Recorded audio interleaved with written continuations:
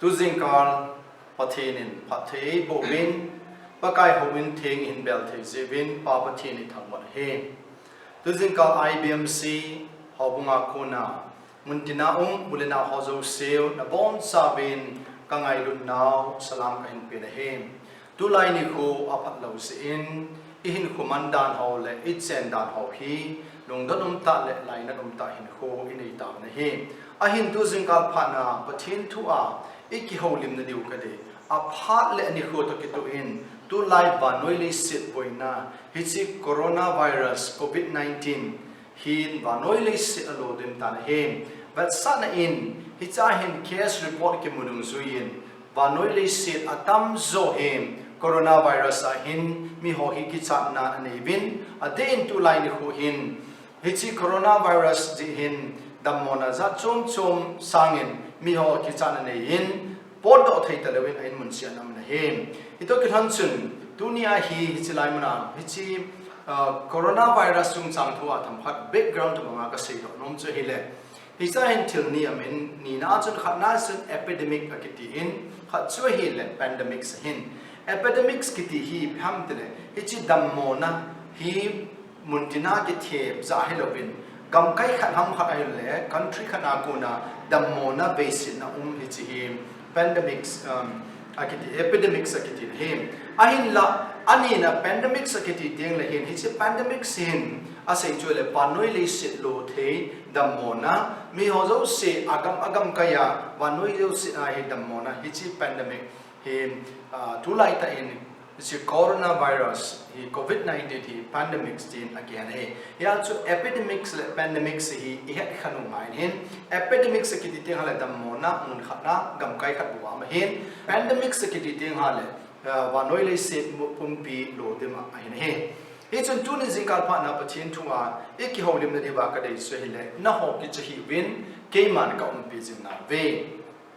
na ho ki chi win keiman ka pi jing na ve ti chi thu hi bible ko na ibat deu wa ka de sa cha hi le Isaiah them gao bung som le khat na chang som hi ve ba te Isaiah bung som le khat chang som na hin na ho ki cha hi win keiman ka pi jing na ve keiman ho pathin ka hin keiman nang ho chu ka su ha do wa ka pon pi diu ka kai hoi diu ka kita na khot zin lama chu ka ven tup jing ni he he ati pathin thu sim now apan anei pan bon cha den pathei bo pi ta hen sang som na thumna chun keiman na ho pa kai pathin ka hin hi chun keiman ka khot zin lama na ho he ka tu jing ni he hi chun kicha hi ati ne ya chu bible in ase hi chi Isaiah thim ga wa na zit na ho kicha hi win la chun bible changa hi ibnu chalem sap te chun bi tem de la fear not ki chahi atine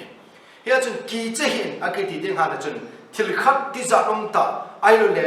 e ho e that the yu iman thi ong te le ki cha na ki ne ne ya chun sap pa chun brother I am with you ke man ho ka pi jing na be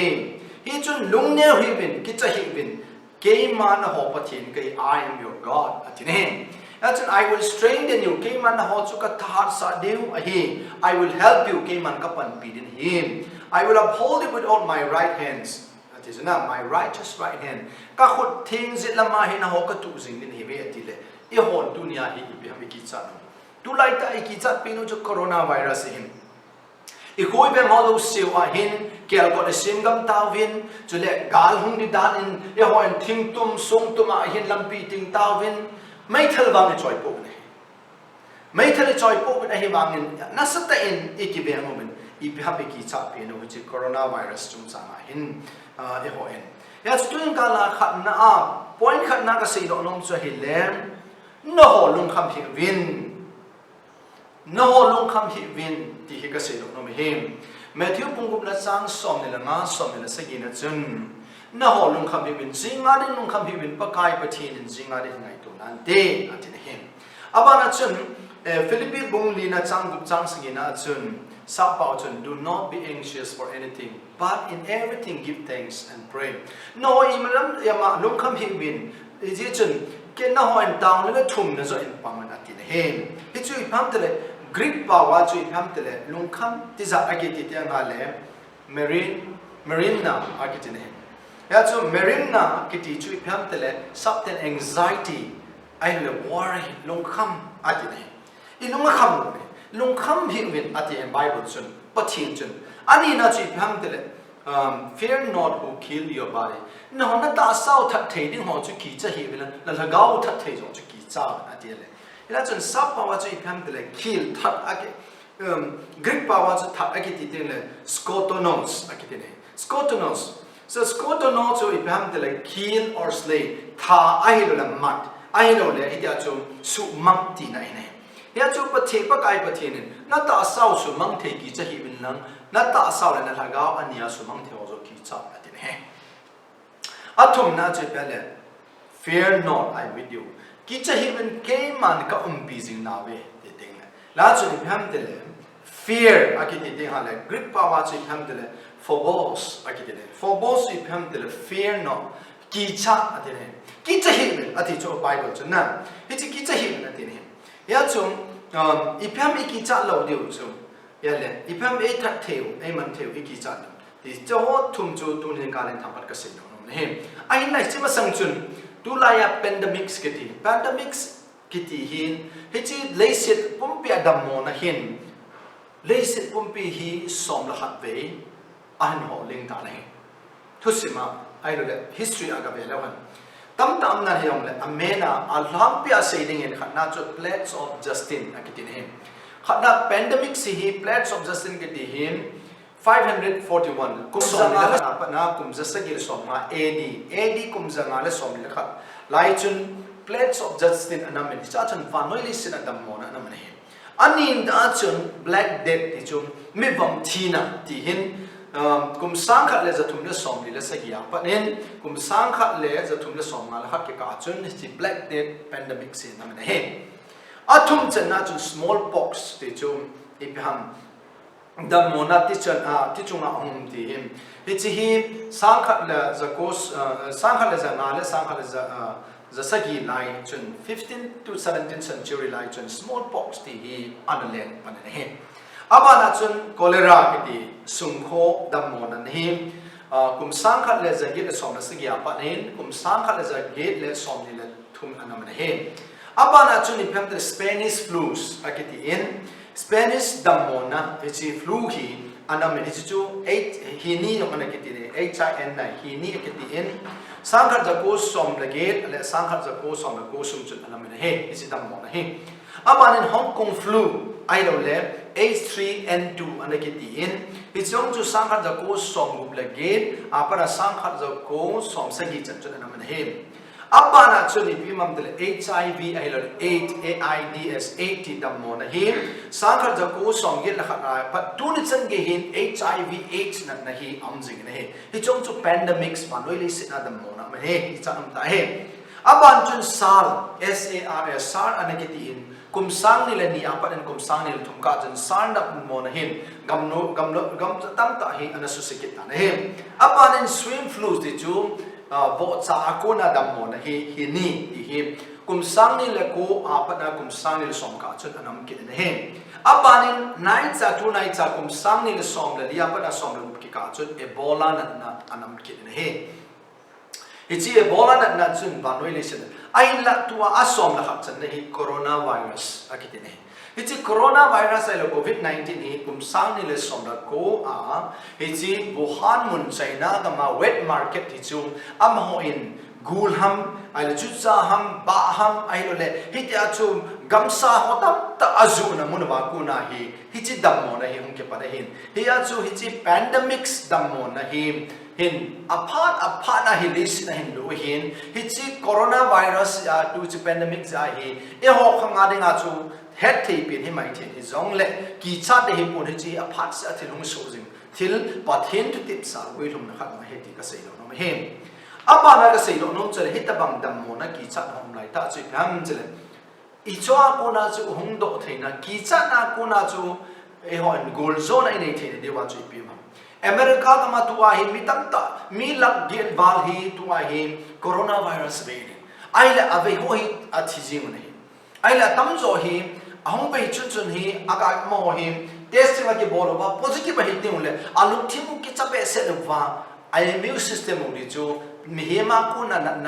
to ke bon the ke na hi chi na hi thak the yong chu han mo ji a thi do ji wai ta ne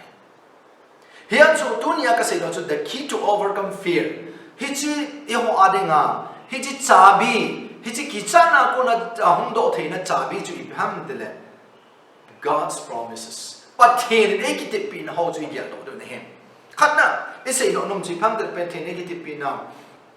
God's promises are forever but in kitip na ho chu phat chum phat adi lo bin phat si adi ma he ti he ne ya chu Jesus Christ hi zani tu ni a abang jing jen he ti chu Hebrew suma imu ne he ya chu Jesus Christ the same yesterday today and forever tin he ya chu pathian chu ki khial te no he akitip na nong ki khial o he ti hi ka sai lo nom ki ne he ya chu la chun ka sai lo nom khat chale pathian nei ko le ke man ka ton bu de hi ve ti chu if you call I will answer nei ko le ka ton bu de hi ve ti ne ki pam ta hi e ho e cha te nei ko dong le ki ho lo hi ka ting le na e long han thim le ai wang in pa kai pathian e ki ti pi no chu if you call nei ko le ke man ka ho ta ka ton bu de hi ve ami na chu ba de le da lung ko no na hon le ka hong lu de hi ti chu na ilung kupa pakai pathin chu e ho a lungkot han le hung lut de hi a chu tun isan ge ya pakai ani nga lungkot hung no hon hi chi corona virus da mo chung changa ko na iti zat nai ta bai ilungkot du hana pathin lu sa de ko ni he aba na chu nai le nang ma chu ka cha ni le pathin cha ni le na pathin chu na nga de nga pathin chu na nga de na pa hi de he su na ya chu nang man ke ma nei lung sit hai le ne ngai lu le ke ma nang ma gol ka hi de he a chi chu ya chu pakai pathin se chu I will come to you ke ma nang ko ma ka hung de hin ya chu nang ma su ma ka chen de hin nang to ka ki hon khom de hin nang to ka ki holim khom de hin ya chu ke ma na lam pi de nga ba a ka pan de hin ni ma jo se ka se pi de hin chu le I will be with you always phat na ke ma na ho kom pi jing de he kom pi jing de he chu le ke ma na nga de nga na hu hing pu ka hi ding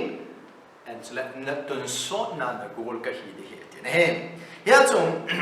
Bible say chu vanalais mang jong le pathin thu hi mang lo de he ti chu na vanalais mang jong le pathin thu mang lo de le tu nia he ta bang kicha na em lai ta wa chu kicha hi ne ke man ko pe ti lai ta chu I pi ham be ho ngai chat pin chu so pi te ho tu nin ka la ka sei lo nom chu he le Bible hi chi Bible hi is sim jing ke no he Bible is sim jing ke no ani na chu ham te le pa kai ang sunga e taw jing ni he Bible is simuwa hi chi pathin le kha pathin Bible hi is simuwa I taw jing ma le pathin in a hole in video pathin thu a ke ti khona tam tam hi ti ka sei lo nom he aba na chun hum nga ki chat lo din a hi dan chu pham de la thil nga in ching an sei lo nom chi pham de la khat na chun ke ma be ka pi jing na we ke ma ka pi jing na we hi chi chun ki cha hi ti khat na ni na chun ke ma na ho pathin ka hi chun lung kham he ben ke ma na ho pathin ka hi thum na chun ke ma na ho ka su ha jing ni na hi bre li na chun pam chule ta be ka sei ni na hi we ke ma na ho ka pan pi din hi be ama chun na chun ke ma na ho he ka ban tha na ka tu jing ni hi be ti chuna ka ban tha na ka tu jing ni hi cha chun ni pam de hi chi ki cha lo ding a thil nga I sei do na ho wa chu ilung mon na diu le hi ya chu ye ho hi ik ngai na diu chu ham de le pathin e um pu ne God is with me pathin chu ke to jing hi pathin chu ke ma pathin a hin pathin chu ke ma I su ha de hin pathin chu ke ma ai pan pi tu a hi in pathin chun am ban tha na ai tu jing hi ti ha ke ma le ki cha ayin la dunia ka sei do no pin chu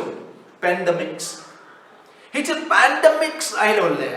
le set pum pi adam mo na iki cha no hi tam ta in seven chis som la kha seven a chai na si dong chu corona virus iki cha la ne ayin la Bible la pandemics ana ki sei na chu dia te Bible la the most dangerous pandemics in the world le set chu ma pandemic dam mo na ti zang tat mi that thei le I thakau le ta sau that thei chu idan chon se chu na hi ta ne ya chu idan chon se na chu e ho zo se hi e na thawa e su mang mo hi ta ne he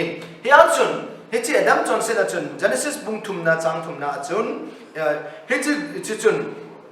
la chani PSM tele hichi hon lai lunga thil hek theina theiga chun na ne ni na thi di hi ati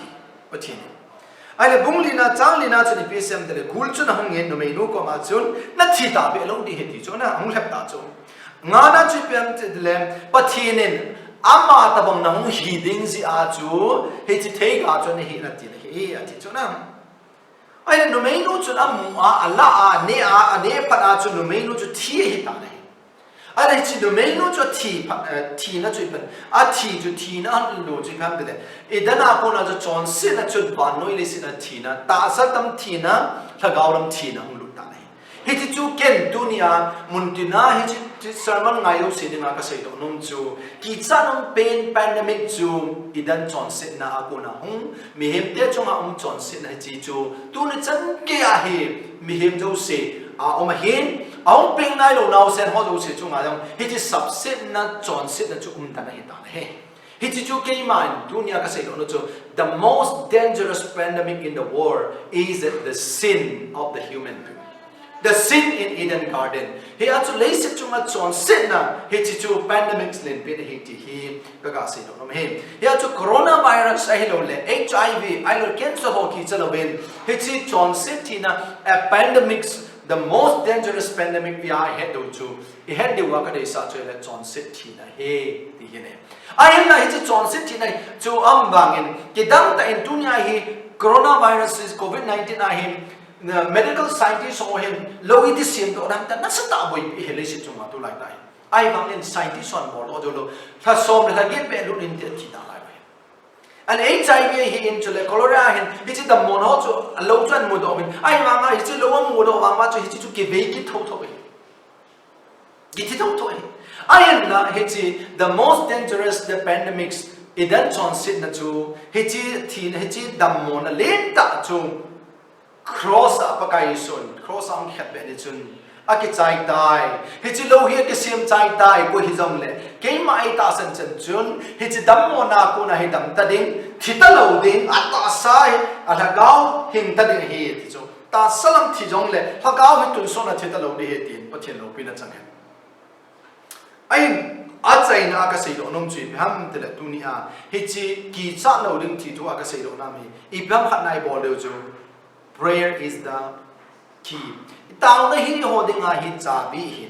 What to how on the dinner to zabi, I to down the hill. It's all those say when all those sitting at zabi, he take a sit on him. Meet some a my matang and a man, no matang and a town in him. Up to go Hillowin, Second Chronicle, Boom Sagina, some legend. If my people came up in a coca meet at Chakinels on Tautel, Agamuka Sudam din. So let am ho along to dam na kapi ding he pat the yung kapo de he mi pi taw de he I pida tunia he ho bung ho he and ngona taw nom lo mi pi ho he mi thilong ma taw nom lo he taw I taw de he pathina de sa he a hen na athum chana ka sei no ma khum phana chun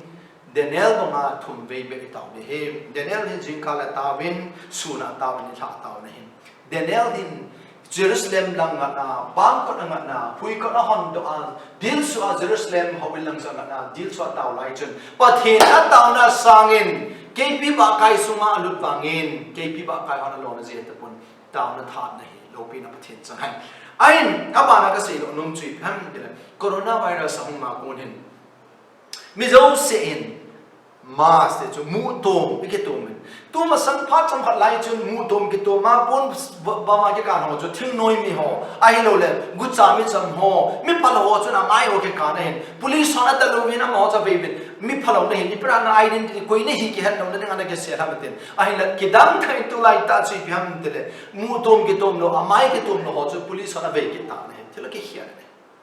I lung thil mo ke hian min thilo ke hian ai mang pathin ke hian ai lo he ti ke se a China pina ka say no to Bible. Timothy Nina Bung Tung Sang Song of some Sagina Jun. All scripture is inspired. But tin le kaputing a bon sapatina who ha home hin, Kihil Nading, Kipon, Nading, Kipuizan Nading, is the holding a John Patna he atin. He jun kasopi the Hotunia say no pin that so pam the lamb. No Kicha he win, John said the hill. Jesus Christ in cross also. It's a pandemic Kicha pain, the most dangerous it's a pandemic slow to cross asim chai tan dunia jisu to lam to na vatna pakai ang sunga to da tawa hile na chon se de ke ngai da min tin tu so hin na ni hin he ji chun tu lai da mona pandemics kiti ho coronavirus ho mai mai kicha in na lungthim neu sa lovin nang ma ke sukem da in chon se thi ni na nei zo chu kicha pilang pakai de hin jing tan ti tu ni a keiman hu hin the two le pathin thu ai ke ti kho naw le place it to china say the how to tin angai zo simun tin angai zo se pathin na bon chawin pathin bo jing ta